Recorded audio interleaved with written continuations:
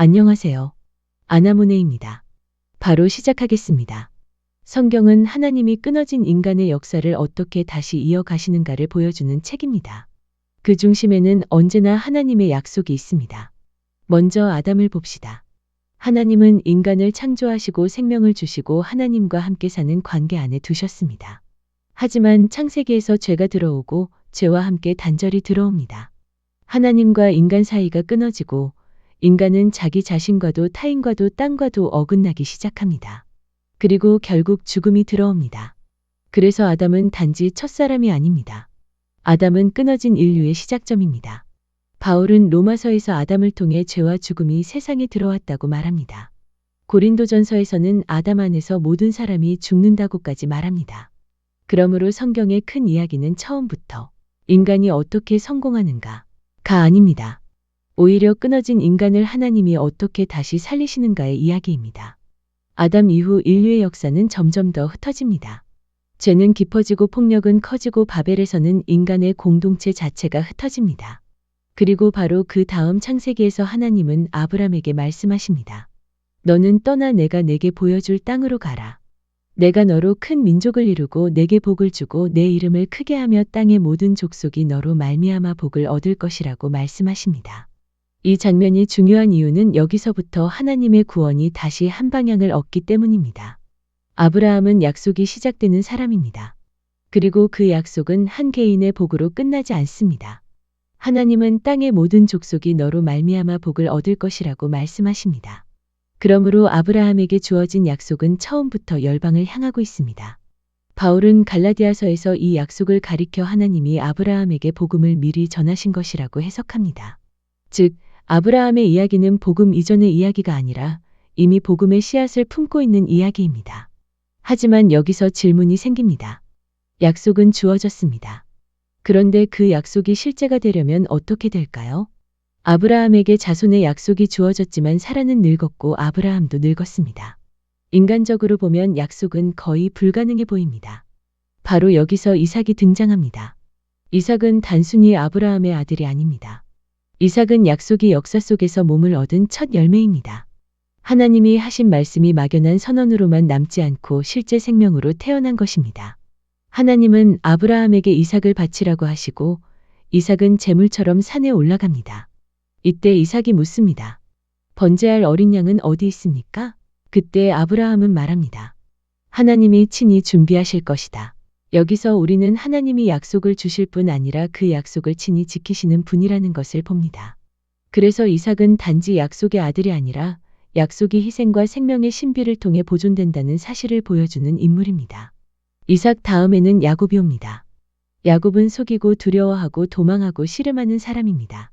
그런데 하나님은 바로 그 야곱을 붙드시고 그의 이름을 이스라엘로 바꾸십니다. 이것은 단지 이름이 바뀐 것이 아닙니다.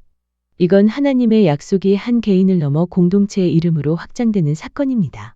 아브라함에게 주어진 약속은 이삭을 지나 야곱에게 다시 확인되고 이제는 하나님의 백성 전체의 역사로 퍼져갑니다. 그러므로 야곱은 약속이 공동체의 이름이 되는 차례입니다. 그 다음에 요셉을 봐야 합니다. 왜냐하면 요셉은 약속이 고난 속에서도 보존된다는 사실을 보여주기 때문입니다. 하나님의 약속은 늘 곧장 영광으로 가지 않습니다. 종종 약속은 억울함과 고난과 긴 침묵을 지나갑니다. 요셉은 형들에게 팔리고 이집트로 내려가고 감옥에 갇히고 오랜 시간을 낮아짐 속에서 보냅니다. 하지만 바로 그 과정 속에서 하나님은 약속을 보존하십니다. 나중에 요셉은 형들에게 이렇게 말합니다. 당신들은 나를 해하려 했지만 하나님은 그것을 선으로 바꾸셨다. 하나님의 약속은 인간의 악보다 약하지 않습니다. 하나님의 계획은 왜곡된 역사 속에서도 꺼지지 않습니다. 그리고 요셉을 통해 이스라엘은 이집트로 내려갑니다. 이건 앞으로 모세와 출애굽의 장면을 위한 준비가 됩니다. 이제 모세의 시대가 옵니다. 아브라함에게 주어진 약속은 하나의 민족으로 자라났지만 그 민족은 이집트에서 종이 되어 있습니다. 바로 이때 하나님은 모세를 부르십니다. 출애굽기에서 하나님은 모세에게 자신을 계시하시며 나는 스스로 있는 자라고 말씀하십니다. 그리고 모세를 통해 하나님은 백성을 출애굽시키시고 율법을 주시고 언약을 세우시고 성막을 세우시고 거룩의 길을 가르치십니다. 즉 모세는 약속이 단지 감정적 희망이 아니라 말씀과 언약 안에서 살아가는 길이라는 것을 보여줍니다. 그러나 모세에게도 한계가 있습니다. 그는 백성을 땅 가까이까지 데려가지만 그들 안으로 완전히 들이지는 못합니다. 여기서 성경은 아주 깊은 사실을 보여줍니다. 율법은 길을 보여주지만 완성 그 자체는 아니다.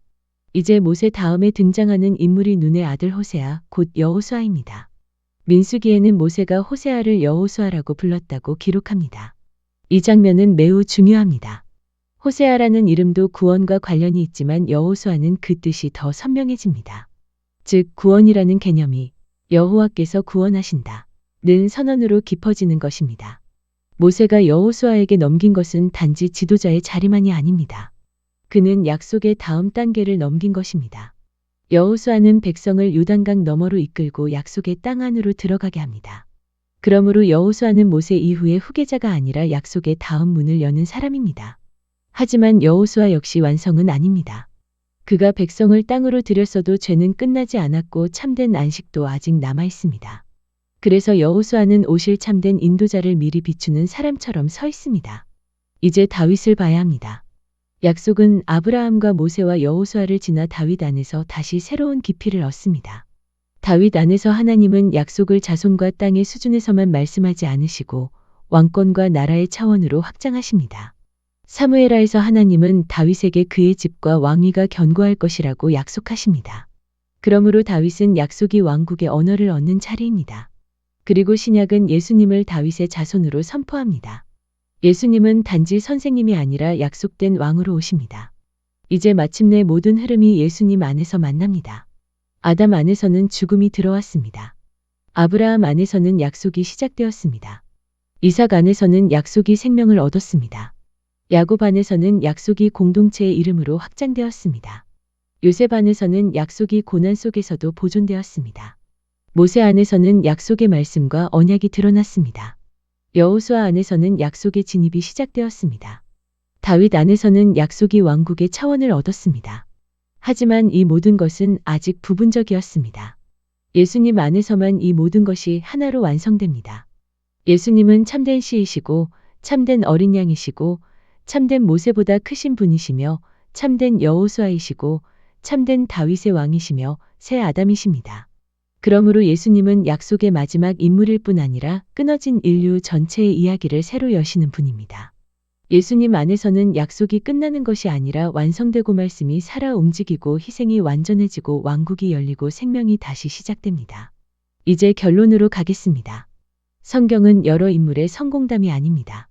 성경은 끊어진 역사 속에서 하나님이 어떻게 약속을 이어 오셨는가의 이야기입니다. 아담 이후 인간은 끊어졌습니다.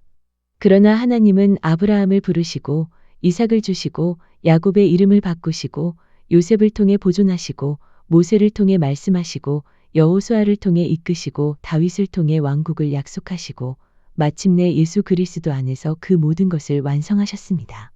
그러므로 성경은 흩어진 책들의 모음이 아니라 끊어진 인류를 향한 하나님의 약속의 역사입니다. 감사합니다.